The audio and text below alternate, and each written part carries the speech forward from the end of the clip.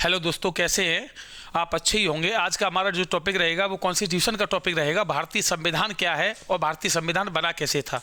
आप सभी अच्छे से जानते हैं कि अगर भारतीय संविधान की अगर बात किया जाए तो देश में कानून का निर्माण जो होता है, मेकिंग ऑफ द लॉ, यानी कि कानून भी बनता है या कानून को लागू भी किया जाता है तो वो संविधान के दायरे में रहकर ही किया जाता है।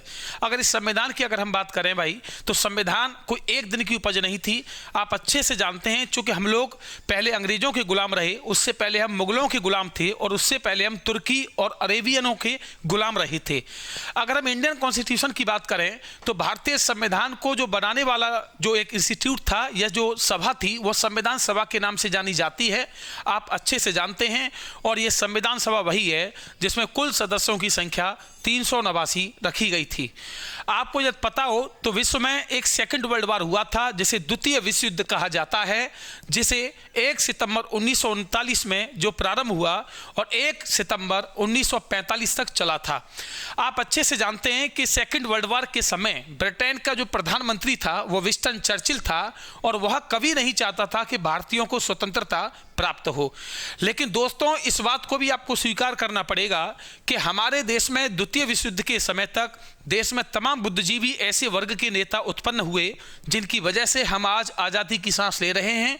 यदि उनके मैं नाम गिनाना चाहूं तो वो महात्मा गांधी हैं, पंडित जवाहरलाल नेहरू हैं, सरदार वल्लभ भाई पटेल हैं, सुभाष चंद्र बोस हैं, लाला लाजपत राय हैं, बाल गंगाधर तिलक हैं और बहुत सारे क्रांतिकारी ऐसे भी नेता थे जैसे कि सुखदेव, राजगुरु, भगत सिंह, बिस्मिल्लाह, चंद्रशेखर आजाद इत्यादि। आप अच्छे से जानते हैं कि ये देश में आज़ादी हो या देश में संविधान का निर्माण की बात हो तो ये कोई एक दिन की उपज नहीं है। इसमें तमाम अच्छे अच्छे क्रांतिकारी नेताओं ने अपने आप को तथा अपने पूरे परिवार को देश की आज़ादी के लिए बलि चढ़ा दिया। हमें उनको नमन करना चाहिए। आपको ये भी समझना पड़ेगा कि जब सेकंड वर्ल्ड वार 1945 को समाप्त हुआ तो समाप्त होने के बाद ब्रिटेन में प्रधानमंत्री पद के लिए चुनाव संपन्न कराए गए और ब्रिटेन में आप अच्छे से जानते हैं कि 2 राजनीतिक पार्टी हैं, जिसमें एक राजनीतिक पार्टी का नाम है कंजर्वेटिव पार्टी और एक राजनीतिक पार्टी का नाम है लिबरल पार्टी ऑफ इंग्लैंड। इन दोनों पार्टियों के प्रत्याशी सेकंड वर्ल्ड वार के बाद प्रधानमंत्री पद के लिए खड़े हुए और इसमें लिबरल पार्टी का जो कैंडिडेट था वह सर लॉर्ड क्लीमेंट एटली थे और इसमें कंजर्वेटिव पार्टी के कैंडिडेट जो रहे थे वह विंस्टन चर्चिल यानी कि ex prime minister of Britain खड़े हुए। जब रिजल्ट आया तो फरवरी 1945 में उस रिजल्ट में यह पता चला कि ब्रिटेन के नए प्राइम मिनिस्टर यानी कि न्यू प्राइम मिनिस्टर के रूप में लिबरल पार्टी के नेता सर लॉर्ड क्लीमेंट एटली उभर कर आए। यह भारत के लिए खुशी का दौर था, खुशी का समय था, क्योंकि भारतीय नेता इसी बात को देख रहे थे कहीं दोबारा से ऐसा ना हो विंस्टन चर्चिल की गवर्नमेंट दोबारा से ब्रिटेन में आ जाए। अगर दोबारा से ब्रिटेन में विंस्टन चर्चिल की सरकार आ जाती तो इसमें कोई शक नहीं हमारा देश 1947 में किसी भी कीमत पर आज़ाद हो नहीं पाता। 1945 में जब ब्रिटेन के प्राइम मिनिस्टर लॉर्ड क्लीमेंट एटली साहब बने तो उन्होंने तुरंत ये ऐलान कर दिया कि हम भारतीयों को आज़ाद कर देंगे। और आप अच्छे से जानते हैं ब्रिटेन के हाउस ऑफ कॉमन्स, जो कि हमारे लोकसभा की तरह है, हाउस ऑफ कॉमन्स ब्रिटेन का एक सदन है, वहाँ एक ऐलान किया कि हम जल्द ही भारतीयों को आज़ाद करने के लिए एक मिशन भारत में भेजेंगे। आप अच्छे से जानते हैं 24 मार्च 1946 यानी कि 24 मार्च 1946 में ब्रिटेन से भारतीयों से बात करने के लिए एक कैबिनेट मिशन प्लान भारत आया जिसमें 3 सदस्य थे, जिसमें एक सदस्य का नाम था सर लॉर्ड क्लीमेंट या एक सदस्य का नाम था सर स्टैफोर्ड क्रिप्स, एक का नाम था एवी अलेक्जेंडर और एक का नाम था सर लॉर्ड पैथिक लॉरेंस। इसमें 3 सदस्य थे। मैं दोबारा से नाम दोहरा देता हूं। एक तो था एवी अलेक्जेंडर, एक थे सर लॉर्ड पैथिक लॉरेंस और एक थे सर स्टैफोर्ड क्रिप्स। ये तीनों के तीनों ब्रिटेन की हाउस ऑफ कॉमन्स के मेंबर थे और इसके जो हेड थे, जो उनके लीडर नेता जो थे इस मिशन के, वह थे सर लॉर्ड पैथिक लॉरेंस। यह मिशन जब भारत आया तो इस मिशन ने भारतीयों से बात की और इसमें यह क्लियर हुआ कि अगर आप संविधान का निर्माण करना चाहते हैं तो तत्काल एक आप संविधान सभा का गठन करें और एक अंतरिम सरकार का गठन करें जिसका काम होगा देश के संविधान के बनने तक सरकार को चलाना। आप अच्छे से जानते हैं कैबिनेट मिशन प्लान के अकॉर्डिंग संविधान सभा में कुल सदस्यों की संख्या 389 अर्थात 389 रखी गई। और क्या इसी के बाद अगर आप अंतरिम सरकार की बात करें तो मैं आपको बाद में बताऊंगा कि 2 सितंबर 1946 को अंतरिम सरकार का गठन हुआ, जिसने 1947 तक 15 अगस्त 1947 तक देश पर शासन किया था। संविधान सभा के 389 सदस्यों को जो दोस्तों रखा गया था, वो 389 सदस्य कैसे थे मैं आपको बता दूं कि अगर 389 सदस्यों की मैं बात करना चाहूं तो आपको बता दूं 1940 में हमारा जो इंडिया था वो आपको समझना पड़ेगा, वह इंडिया 3 भागों में बटा था। 3 भागों की अगर मैं बात करूं, पहला भाग वह था जिसे हम ब्रिटिश भारत कहते थे या ब्रिटिश इंडिया कहते थे। दूसरा भारत वह था जहां राजाओं का शासन चलता था, जिन्हें हम देसी रियासतें या देसी रियासत कहते थे। और तीसरा इंडिया वह था जहां अंग्रेजों ने अपने उच्च अधिकारियों को नियुक्त कर रखा था, जिसे चीफ कमिश्नरी क्षेत्र कहते थे। आपको बता दूं, ब्रिटिश भारत में कुल 11 प्रांत थे, यानी कि 11 क्षेत्रों पर, या हम कह सकते हैं 11 राज्यों पर ब्रिटिश सरकार का हुकूमत था। देसी रियासतों की बात किया जाए तो कुल संख्या 552 थी, और चीफ कमिश्नरी की बात किया जाए तो उनकी संख्या 4 थी। आपको बता दूं, ब्रिटिश भारत उस भारत को कहते हैं जहां आज़ादी से पहले अंग्रेजों का शासन था। दोस्तों, आपको ये पता होना चाहिए कि अंग्रेजों ने पूरे भारत पर कब्जा नहीं किया। अंग्रेजों की ये डिप्लोमेसी थी, अंग्रेजों की ये मोनोपोली थी कि अंग्रेज उसी भारत पर राज करना चाहते थे जहां से कुछ इनकम हो, आय हो, क्योंकि उनका लक्ष्य भारत को एक तरीके से संपन्न बनाना नहीं था, उनका लक्ष्य था भारत को लूटना। और आप अच्छे से जानते हैं, चोर चोरी, डकैत डकैती वही करेगा जहां से उसे कुछ मिलेगा। वो ऐसी जगह डकैती क्यों करेगा? डकैत कभी भिखारी के घर डकैती नहीं करता है, डकैत हमेशा कुबेर के यहाँ डकैती करना चाहेगा। तो अंग्रेजों ने उस भारत पर कब्जा किया जहां से इनकम का स्रोत था, जैसे कि उत्तर प्रदेश हो, बंगाल हो, या फिर मध्य प्रदेश हो, या फिर साउथ केरल कर्नाटक ये हो, यहां अंग्रेजों ने कब्जा किया। आपको ये भी बता दें, इनकी संख्या 11 थी, यानी अंग्रेजों ने 11 ऐसे प्रांतों को कब्जे में ले रखा था जहां से इनकम बहुत ज्यादा होती थी। जबकि अगर देसी रियासतों की बात किया जाए तो ये 552 इनकी संख्या थी। और देसी रियासतों का मतलब होता है कि जहां के राजा महाराजा थे। मैं आपको कुछ नाम गिनाना चाहूंगा, जैसे मैसूर एक रियासत थी, जयपुर एक रियासत थी, भरतपुर एक रियासत थी, और आपके लोकल मुरसान एक रियासत थी, जो कि 552 का ही एक अंग था। अंग्रेजों ने राजाओं से कोई छेड़छाड़ नहीं किया, क्योंकि अंग्रेज अच्छे से जानते थे कि ये राजा मधुमक्खी की तरह हैं कि अगर इन्हें छेड़ोगे तो ये हमें काटेंगे, और इन्हें ऐसे ही रहने दोगे तो ये शहद देंगे। तो आप यकीन मानिए, रियासत अपना अलग राज कर रही थी।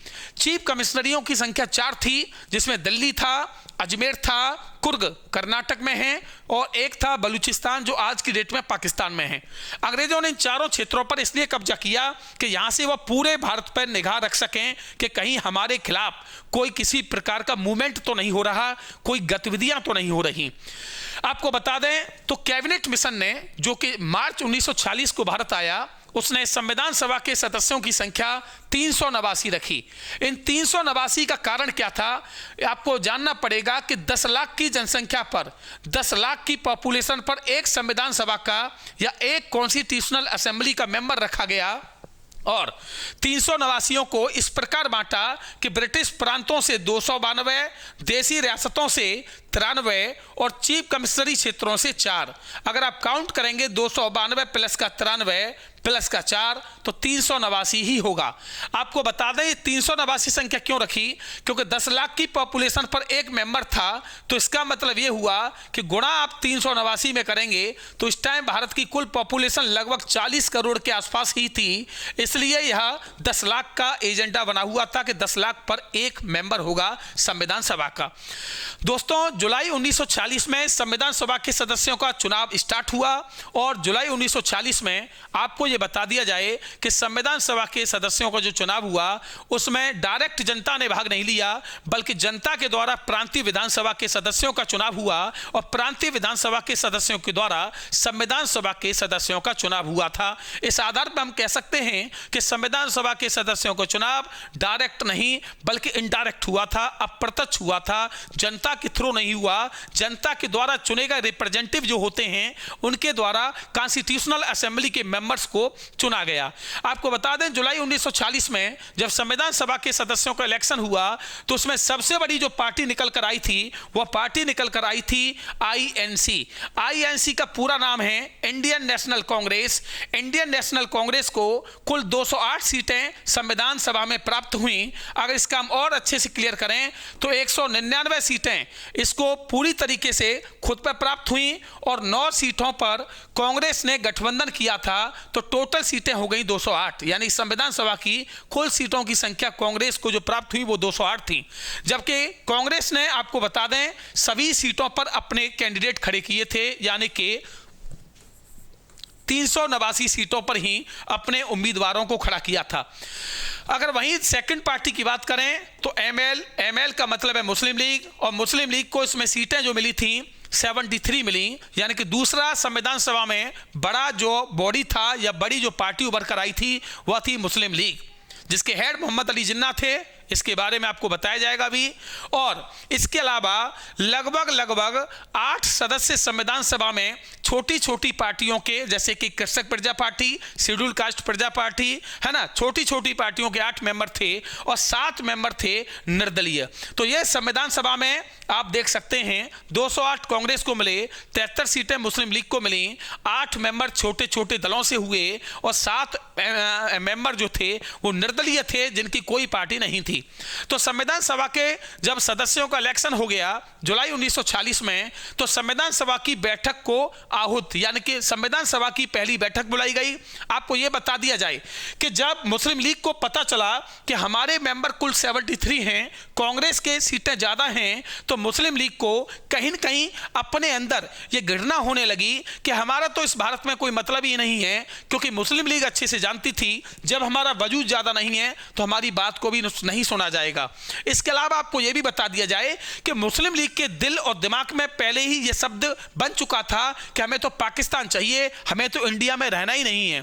क्योंकि आपको बता दिया जाए वर्ष 1931 में पहली बार मोहम्मद इकबाल नामक एक व्यक्ति ने, जो कि सारे जहां से अच्छा हिंदुस्तान हमारा गान के रचयिता हैं, 1931 में मोहम्मद इकबाल ने इस बात को साफ साफ क्लियर कर दिया था कि हम मुसलमानों के लिए एक अलग नेशन, एक अलग देश होना चाहिए।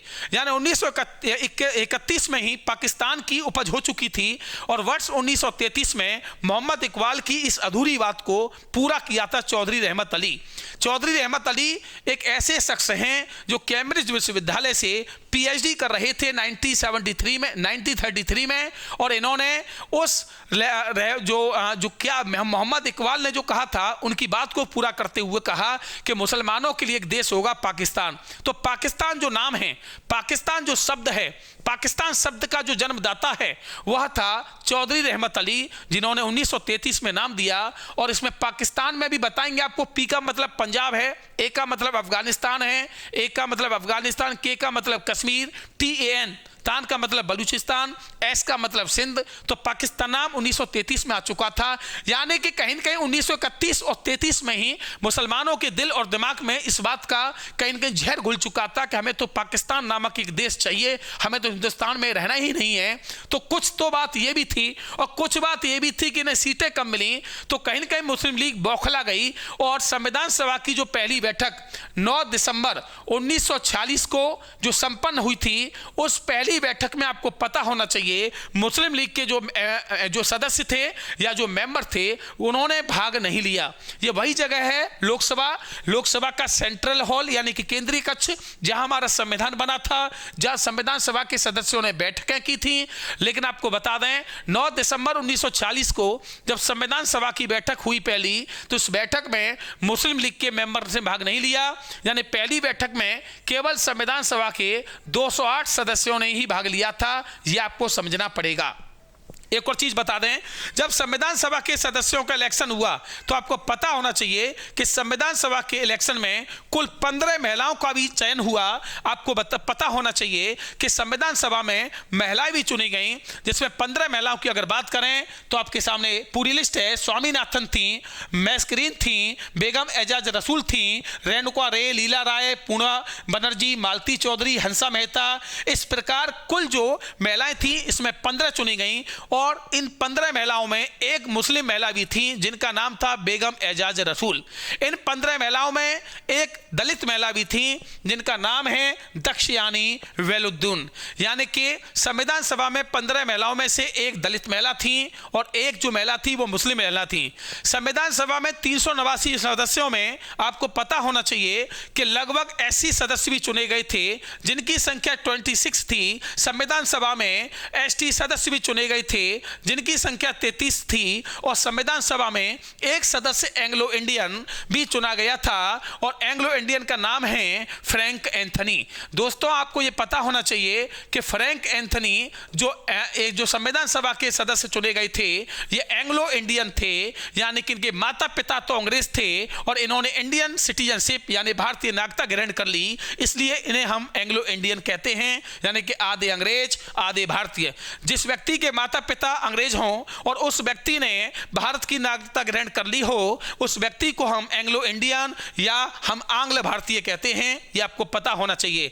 तो संविधान सभा में एक एंग्लो इंडियन भी थे, संविधान सभा में 26 एससी थे, संविधान सभा में 33 एसटी थे, संविधान सभा में 15 महिला थी, संविधान सभा में एक मात्र महिला बेगम एजाज रसूल थी, संविधान सभा में एक मात्र दलित महिला दक्षयानी वेलुद्दीन थी, संविधान सभा में एक सदस्य पारसी समुदाय का भी था और इसका नाम था पीएच मोदी। याद रखिएगा यह आपके एग्जाम में भी पूछा जा सकता है कि संविधान सभा में पारसी सदस्य कौन थे, मात्र एक थे जिनका नाम था पीएच मोदी। आपको यह समझना पड़ेगा। आगे चलते हैं तो आप अंदाजा लगा सकते हैं संविधान सभा में चाहे वो एससी बात हो, चाहे वो एसटी बात हो, चाहे वो दलित महिला की बात हो, चाहे वो मुस्लिम महिला की बात हो, चाहे वो मुस्लिम धर्म की बात हो, चाहे वो सिख धर्म की बात हो, चाहे वो अन्य धर्म की बात हो, सभी धर्मों को संविधान सभा में शामिल किया गया और इसका लक्ष्य एक ही था कि हमारे भारत का संविधान कहीं ऐसा ना बने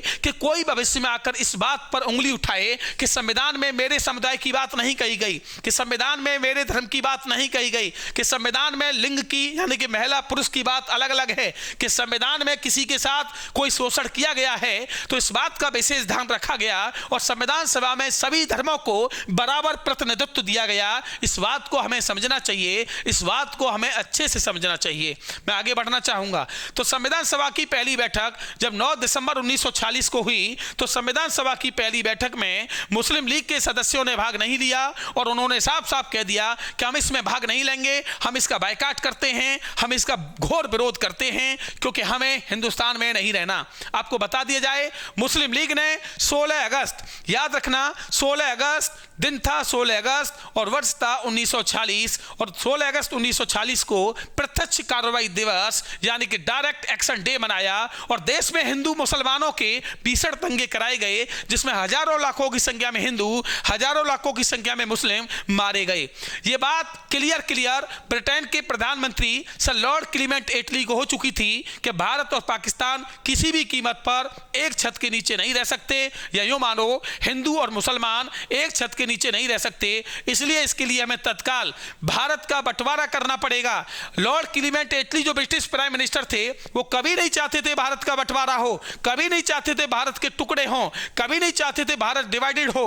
केवल हिंदू और मुसलमान के चक्कर में, केवल मोहम्मद अली के ऐश और आराम के चक्कर में इस देश के टुकड़े हुए। और आपको इस बात को समझना पड़ेगा 16 अगस्त 1946 को जब मुस्लिम लीग के सदस्यों ने देश में दंगे करा दिए, निर्दोष लोग मारे गए, वो हिंदू परिवार उजड़ गए जिनकी कोई गलतियां नहीं थी, वो मुस्लिम परिवार उजड़ गए जिनको पता भी नहीं था, केवल चंद नेताओं के ऐश और अयासी और आराम के चक्कर में। आपको बता दें उसके बाद ब्रिटेन के तत्कालीन prime minister sir lord Clement Attlee ने तुरंत जजमेंट लिया और ब्रिटेन के सदन हाउस ऑफ कॉमन्स में यह ऐलान किया कि हम भारत में तत्काल एक नया वायसराय या नया एक गवर्नर जनरल बनाकर भेजेंगे जिसका काम होगा भारत का बंटवारा करना या इंडिया का डिवाइड ऑडिट करना, और तत्काल इसके लिए आपको पता होना चाहिए हमारे देश में एक नए गवर्नर जनरल बनाकर भेजे गए, और जिन गवर्नर जनरल का नाम है लॉर्ड माउंटबेटन। ये आप जानते हो इनका नाम लॉर्ड माउंटबेटन है। इन्हें भारत इसलिए गवर्नर जनरल बनाकर भेजा गया कि केवल इनका काम था भारत का बंटवारा करना।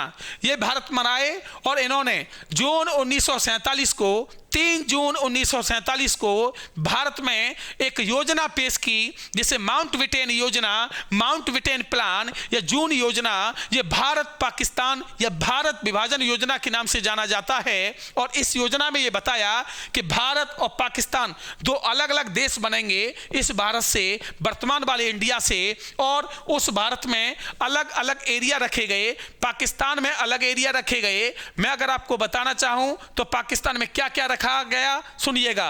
पूर्वी बंगाल पाकिस्तान को दिया गया, इसके अलावा पंजाब का कुछ भाग पाकिस्तान को दिया गया जो बाघा बॉर्डर पे भी आज, यानी बाघा बॉर्डर के उधर साइड पाकिस्तान के पास और बैक साइड में इंडिया के पास, यानी पूर्वी बंगाल और एक पंजाब का कुछ भाग, असम का सिलहट जिला, पश्चिमी बलूचिस्तान और सिंध, बाकी का कुछ एरिया और पाकिस्तान को सौंपा गया, और बचा हुआ शेष भाग इंडिया को दे दिया गया।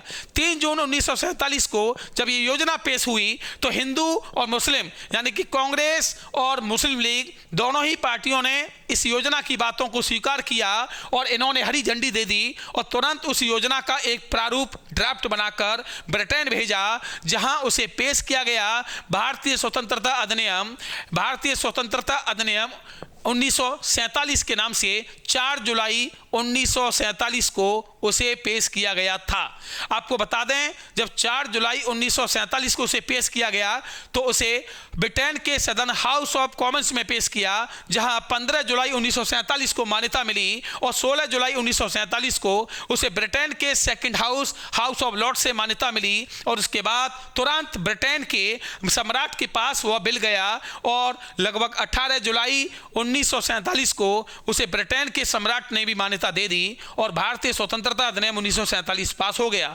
इसी के आधार पर 15 अगस्त को इंडिया और 14 अगस्त को पाकिस्तान नामक 2 देश बनाए गए। आपको अच्छे से मालूम है, जिसमें भारत का पहला प्राइम मिनिस्टर पंडित जवाहरलाल नेहरू, भारत के पहले गवर्नर जनरल लॉर्ड माउंटबेटन, स्वतंत्र भारत के पहले governor general Lord Mountbatten, Pakistan के पहले प्रधानमंत्री लियाकत अली खां, पाकिस्तान के पहले गवर्नर जनरल मोहम्मद अली जिन्ना को बनाया गया।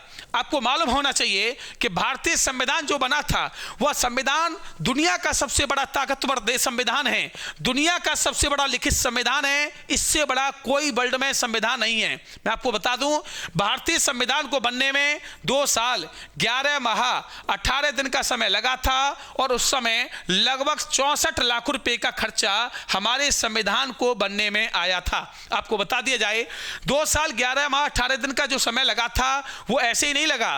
भारतीय संविधान सभा के सदस्यों ने लगभग 60 देशों में, आपको बता दें दुनिया के 60 देशों में भ्रमण किया कि न जाने किस देश की कौन सी चीज अच्छी है, क्योंकि हमारे सामने सबसे बड़ी समस्या क्या थी कि हमें उस चीज को शामिल करना जो हमारे अपनों के लिए जरूरी है, जो हमारे अपनों के लिए आवश्यक है, जो हमारे देश की अखंडता को न तोड़ता हो, जो हमारी देश को एकता को न तोड़ता हो। क्योंकि भारत दुनिया का ऐसा देश है जहां अनेकता में एकता है, जहां एकता में अनेकता है, जहां विविधता ही भरी हुई है। चाहे नॉर्थ ईस्ट ले लो, चाहे ईस्ट ले लो, चाहे वेस्ट ले लो, चाहे नॉर्थ ले लो, चाहे साउथ ले लो, चाहे मिडिल इंडिया ले लो, भारत दुनिया में अकेला देश है जो भिन्न भिन्न भाषाओं को बोलने वाला, जो भिन्न भिन्न खाने और या पोषण को लेने वाला, जो भिन्न भिन्न कल्चर सिविलाइजेशन को अपनाने वाला, फिर भी भारत एक है। We the people of India according to Indian constitution part of preamble. आप अच्छे से जानते हैं प्रस्तावना में भी इस बात को लिखा गया है, हम भारत के लोग, यानी कि मैं भारत का लोग नहीं, हम भारत के लोग, चाहे वो नागालैंड का हो या कर्नाटक का, चाहे कश्मीर का हो, यूपी का, गुजरात का हो, अरुणाचल प्रदेश का, फिर भी वो भारतीय है। हम सब भारतीय हैं, ये संविधान की देन है, आप अच्छे से जानते हैं। आपको बता दें एक सवाल और आता है कि 60 देशों से संविधान ये लिया गया, ऐसा क्यों? क्योंकि दोस्तों आपको ये पता होना चाहिए, हर चीज हर संविधान की अच्छी नहीं है। अमेरिका की हमें अगर मौलिक अधिकार अच्छे लगते हैं, हमने ग्रहण किए, लेकिन अमेरिका से नागरिकता हमने नहीं ली, क्योंकि अमेरिका में नागरिकता डुअल सिटीजनशिप यानी कि दोहरी नागरिकता है। और आप बताइए हम अपने देश में दोहरी नागरिकता कैसे कर दें? हम अपने देश को दो भागों में कैसे बांट दें? नहीं, हम यूपी के नागरिक नहीं हैं, हम एमपी के नागरिक नहीं हैं, हम झारखंड के नागरिक नहीं हैं, हम केवल इंडियन हैं, हमारी नागरिकता इंडियन है, हमारी सिटीजनशिप भारतीय है, हम सब भारतीय हैं, राज्यवाद में आते हैं। हमारा संविधान ये बताता है, जबकि अमेरिका का संविधान, अमेरिका में कुल 50 प्रांत हैं, चाहे कैलिफोर्निया हो, चाहे वाशिंगटन डिस्ट्रिक्ट ऑफ कोलंबिया हो, या न्यूयॉर्क हो, या सैन फ्रांसिस्को हो। अमेरिका की कंडीशन ये है कि अमेरिका में आपको अमेरिका की पहले नागरिकता लेनी पड़ेगी, फिर आपको जिस राज्य में रहना है वहां की नागरिकता लेनी पड़ेगी। यानी कि देश में ही दो देश हो चुके हैं। हम ऐसा देश नहीं चाहते। हमारे देश का चाहे राज के चिन्ह हो तो अभी एक अशोक स्तंभ है, हमारे देश का नेशनल फ्लैग हो तो वह तिरंगा है, हमारे देश का नेशनल सॉन्ग हो तो वो अलग है। तो यानी हमारे देश में एक ही है, यानी कि हम सब भारतीय हैं। ये संविधान की देन है। आपको बता दें, हमारे देश का बंटवारा जो हुआ था वो लॉर्ड माउंटबेटन योजना के तहत हुआ, ये मैंने आपको बताया। इसके अलावा आपने एक नाम सुना होगा, डॉक्टर बाबा साहिब भीमराव अंबेडकर। इनका नाम किसने नहीं सुना होगा, शायद सब जानते होंगे। मैं आपको बता दूं, डॉक्टर बाबा साहिब भीमराव अंबेडकर ही ऐसे व्यक्ति थे जिन्होंने भारतीय संविधान का निर्माण किया था। ये मैं नहीं, दुनिया जानती है। आपको बता दें, डॉक्टर बाबा साहिब भीमराव अंबेडकर उस समय 389 सदस्यों में सबसे ज्यादा पढ़े लिखे मेंबर थे, इनसे ज्यादा कोई पढ़ा लिखा नहीं था। लेकिन दुर्भाग्य, भारत दुनिया का अकेला देश है जो जातिवाद में फंसा पड़ा है। आपको बता दें, अगर आप भारत को छोड़ दें तो दुनिया में किसी भी देश में जाति नहीं है, दुनिया में किसी भी देश में जातियों के आधार पर देश को नहीं बांटा। इंडिया ही अकेला कंट्री है जहां जातियों के आधार पर देश को बांटा है। ये शख्स मेरे पीछे जो हैं, ये डॉक्टर बाबा साहेब भीमराव अंबेडकर हैं। और आपको बता दें, उस समय जितनी भी संविधान सभा के सदस्य थे, उन सब में सबसे योग्य व्यक्ति अगर कोई थे तो वो डॉक्टर भीमराव अंबेडकर थे।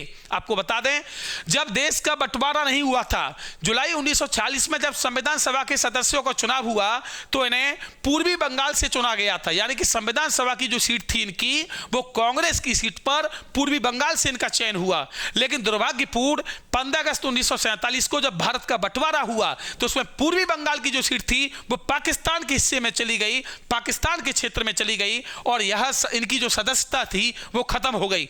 लेकिन इन्हें संविधान सभा में रखना जरूरी था, क्योंकि इनके पास लॉ की, कानून की बड़ी बड़ी डिग्रियां थी, इनको रखना जरूरी था। यही तो बताएंगे कौन सी चीज सही है, कौन सी गलत है। इन्होंने ही तो संविधान का मसौदा, ड्राफ्ट, प्रारूप तैयार किया था। तो इसलिए इन्हें संविधान सभा में रखना जरूरी हुआ। और इन्हें पुनः आपको बता दें, महाराष्ट्र की एक सीट थी जिसका नाम था पुणे, और पुणे सीट में ऑलरेडी पहले से मेंबर थे जिनका नाम था एम.आर. जयकर। एम.आर. जयकर से तुरंत रिजाइन दिया गया, यानी कि रिजाइन यानी इस्तीफा दिलवाया गया और कहा गया तुम यहां से हटिए, और डॉक्टर अंबेडकर को इस सीट से दोबारा से चुनाव कराकर संविधान सभा में वापस बुलाया गया। तो संविधान सभा में डॉक्टर भीमराव अंबेडकर एकमात्र ऐसे मेंबर थे जिनके लिए चुनाव, री इलेक्शन या उपचुनाव संपन्न हुए, क्योंकि वो पहली सीट उनकी पाकिस्तान में जा चुकी थी, इसलिए उन्हें दूसरी बार चुनाव के माध्यम से लाया गया। ये आपको बात याद रखनी पड़ेगी। आपको यह भी बता दें, 29 अगस्त 1947, 29 अगस्त 1947 को डॉक्टर भीमराव अंबेडकर के नेतृत्व में एक कमेटी का गठन हुआ। The drafting committee of the constitution assembly was set up with doctor Ambedkar as it chairperson. याद रखेंगे, हमारे संविधान को बनाने वाले व्यक्ति जो थे वह थे डॉक्टर भीमराव अंबेडकर। आप यूं समझिए, मेरे एक छोटी भाषा में, आपने गांव में देखा हो कि अभी आलू की खुदाई होती है। जब आलू की खुदाई होती है तो आलू को खोदने में ट्रैक्टर को लगाया जाता है, और ट्रैक्टर जब आलू खोदता है तो उसके पीछे लेबर चलती है। उस लेबर का काम होता है कि आलूओं को जगह जगह से बीनकर एक निश्चित जगह पर डालना जहां आलू का ढेर बनेगा। अब लेबर आलू का ढेर डालती जाती है। आपको बता दें, आलू की खुदाई करना, आलू के ढेर को इकट्ठा करना बड़ी बात नहीं है, लेकिन अब उससे ज्यादा बड़ी बड़ी बात हो जाएगी आलू के पैकेट बनाना। गुल्ला आलू, जिस आलू की कीमत है उसके पैकेट अलग, जो खराब आलू है उसको फेंकना। बात को समझिएगा। यानी कि संविधान सभा में जो 389 सदस्य थे उनका काम था दुनिया के देशों के संविधान से चीजों को लाना, लेकिन डॉक्टर भीमराव अंबेडकर का काम था कि किस देश के संविधान में क्या बेहतर है, किस देश से हमें क्या लेना चाहिए, किस देश के संविधान में क्या गलत है, किस देश का संविधान की कौन सी चीज हमारे लिए अच्छी है, इस बात का डिसीजन लेना, इस बात को डिसाइड करना, इस बात को तय करना। इसलिए डॉक्टर भीमराव अंबेडकर को making of the Indian constitution या father of the Indian constitution या founder of the Indian constitution या संविधान का जनक या भारतीय संविधान का पिता कहा जाता है। आपको यह बात समझनी पड़ेगी। अरे यार जाति को छोड़ो, बात आ जाओ नॉलेज पर और योग्यता पर। मैं आपको टू द पॉइंट बता दूं, डॉक्टर भीमराव अंबेडकर ने ही भारतीय संविधान को लिखा है, डॉक्टर भीमराव अंबेडकर ने ही भारतीय संविधान को बनाया है। हाँ, लिखने की बात हो तो कहीं ना कहीं हम समझ सकते हैं कि संविधान को लिखने वाले व्यक्ति अंबेडकर साहब नहीं थे, वह थे प्रेम बिहारी नारायण। लेकिन यार एक बात बताइए, अगर आपके पास एक योग्य व्यक्ति नहीं होता तो संविधान को यह कौन बता पाता कि अमेरिका से क्या अच्छा रहेगा, फ्रांस से क्या अच्छा रहेगा, इंग्लैंड से क्या अच्छा रहेगा, जर्मनी से क्या अच्छा रहेगा, जापान से क्या अच्छा रहेगा, कनाडा से क्या अच्छा रहेगा, ऑस्ट्रेलिया से क्या अच्छा रहेगा, यूएसए से क्या अच्छा रहेगा, ब्राजील से क्या अच्छा रहेगा, अर्जेंटीना से क्या अच्छा रहेगा, वियतनाम से क्या अच्छा रहेगा। तो इस बात को समझिए, 60 देशों से भारतीय संविधान बना है, तो 60 देशों से कौन कौन सी चीज लेनी है, कौन कौन से टॉपिक हमारे काम के हैं, कौन कौन से सब्जेक्ट हमारे काम के हैं, कौन कौन से पाठ हमारे काम के हैं, कौन कौन से मैटर हमारे काम के हैं, इस बात को तय करने के लिए आपको पता होना चाहिए कि एक योग्य व्यक्ति रखना पड़ेगा। मेडिकल खोलना कोई बड़ी बात नहीं है, लेकिन मेडिकल में जो दवा होगी उस दवा की पहचान तो डॉक्टर ही कर सकता है ना। आप बताइए, जब हम बीमार हो जाते हैं तो डॉक्टर के पास जाते हैं या मेडिकल वाले के पास जाते हैं? आप कहेंगे आप मेडिकल वाले के पास भी जाते हैं सर, लेकिन बड़ी बीमारी में मेडिकल वाला हाथ जोड़ देगा और कह देगा डॉक्टर पे लिखवा के लाओ तब दवा दूंगा। तो सेम मान लो कि मेडिकल वाले तो हो गए संविधान सभा के अन्य सदस्य और डॉक्टर हो गया कौन? भीमराव अंबेडकर। तो अंबेडकर ने एक डॉक्टर का रोल अदा किया, इसलिए संविधान का निर्माता हम डॉक्टर भीमराव अंबेडकर को मान लेते हैं। आपको यह पता है जब भारत और पाकिस्तान का बंटवारा हुआ तो भारत पाकिस्तान के बंटवारे से पहले भारतीय संविधान सभा में कुल संविधान सभा की सीटों की संख्या थी 389, लेकिन भारत पाकिस्तान का बंटवारा हुआ तो बंटवारे में भारत का कुछ अंश चला गया, जिसमें संविधान सभा की सीटों की संख्या 389 से घटकर रह गई 299। यह आपको समझना पड़ेगा, क्योंकि लगभग 90 सीटों के क्षेत्र जो थे वह पाकिस्तान में चले गए, इसलिए हमारे देश में संविधान सभा की जो सीटें थीं वह कम रह गईं। आपको यहां समझना पड़ेगा। आगे बढ़ते हैं, इस बात को भी समझिए, हमारा संविधान 2 साल 11 माह 18 दिन में बनकर पूरा हुआ, लगभग 64 लाख रुपए का खर्चा हुआ था। दोस्तों, हमारे संविधान को बनने में लगभग 114 दिन बहस हुई थी, यानी कि बहस जानते हैं आप, डिस्कस जो होता है, 114 दिन बहस हुई। और हमारी संविधान सभा में जो पहली बैठक हुई 9 दिसंबर 1940 को, उसमें 208 सदस्यों ने भाग लिया और उसके जो टेम्परेरी जो हेड बनाए गए संविधान सभा की पहली बैठक के, वो डॉक्टर सच्चिदानंद सिन्हा बनाए गए थे।